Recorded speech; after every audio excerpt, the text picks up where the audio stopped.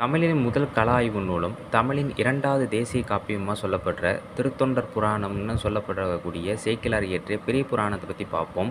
இது 2 காண்டம் கொண்டது. முதல் காண்டத்தில 5 சருக்கங்களும், 2ஆம் காண்டங்கள்ல 8 சருக்கங்களும் இருக்கும். மொத்தம் சேர்த்து 13 சருக்கங்கள். தவறா அதில குறிப்பிட்டேன், மன்னிக்கவும். 8 சருக்கங்கள் 2ஆம் காண்டத்தில. அதில முதல் காண்டத்தில திருமலை சருக்கம், தில்லைவாழ் அந்தணர் சருக்கம், இலைமணிந்த சருக்கம், மும்மையால் உலகாண்ட சருக்கம், திருநின்ற சருக்கம்னு 5 வகையாக இருக்கு. இதில பார்த்தீங்கன்னா இந்த 5 வகைகள் முதல் காண்டமாக இருக்கு. 2ஆம் காண்டம் வம்பரா வரிவண்டு சருக்கம், வார்கொண்ட வனமுலையாள் சருக்கம், பொய்யடிமை இல்லாத புலவர் சருக்கம், கரைக்கண்டன் சருக்கம், கடல் சூழ்ந்த சருக்கம், பத்தராய் பணிவார் சருக்கம், மன்னிய சிறு சருக்கம், வெள்ளானை சருக்கம்னு 8 பிரிவுகளா இருக்கு. இதில் வெள்ளானை சருக்கம் அப்படிங்கிறதுல தான் கடைசியாக சுந்தரர் பாடிட்டு முக்தி அடைகிறார் கைலை மலைக்கு. சருக்க எண் பாடல்கள் அடியார்கள், அதாவது 1ஆம் சருக்கத்தில் 349 பாடல்கள் இருக்குது, ஆனால் அடியார்கள் இல்லை. 2ஆம் சருக்கத்தில் 201 பாடல்கள், ஆனால் 7 அடியார்கள்.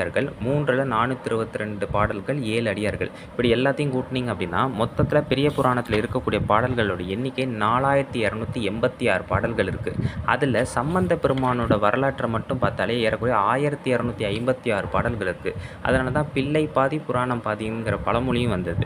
எப்போ பெரிய புராணத்தோட இன்னொரு சிறப்பு என்ன அப்படின்னா, நூலோட இடையில் முதல், இடை, கடை 3லுமே உலகெல்லாம்ங்கிற சொல் வரும். ஏன்னா உலகெல்லாம்ங்கிற வார்த்தையை ஆரம்பித்து தான் இந்த பெரிய புராணத்தை சேக்கிழாரே ஆரம்பிக்கிறார். சேக்கிழாரோட புராணத்தை பாடியவர் உமாபதி சிவம் அப்படிங்கிற மாதிரி சொல்கிறாங்க. சேக்கிழாரோட பட்டப்பேர் தொண்டர் சீர் பரவுவார் அப்படிங்கிற மாதிரி குறிப்பிடுறாங்க. உலகம், உயிர், கடவுள் இந்த 3ஐயும் காட்டக்கூடிய காப்பியம்னு திருவிக்காவே குறிப்பிடுகிறார். அப்படின்னா இது எவ்வளோ பெரிய காப்பிய நூல்னு பாருங்கள். அதே மாதிரி பார்த்திங்கன்னா இந்த பெரிய புராணம் எதன் அடிப்படையில் எழுதப்பட்டது அப்படின்னா திருத்தொண்ட திருவந்தாதி, அதே மாதிரி பார்த்திங்கன்னா தேவாரம் இதை இயற்றினாலும் சுந்தரர் தான் இவருக்கு மெயினான ஆள். அதாவது இந்த நூலோட மிகப்பெரிய காப்பியத்தில் சுந்தரர் தான். இது தாங்க பெரிய புராணத்தை பற்றிய குறிப்பு.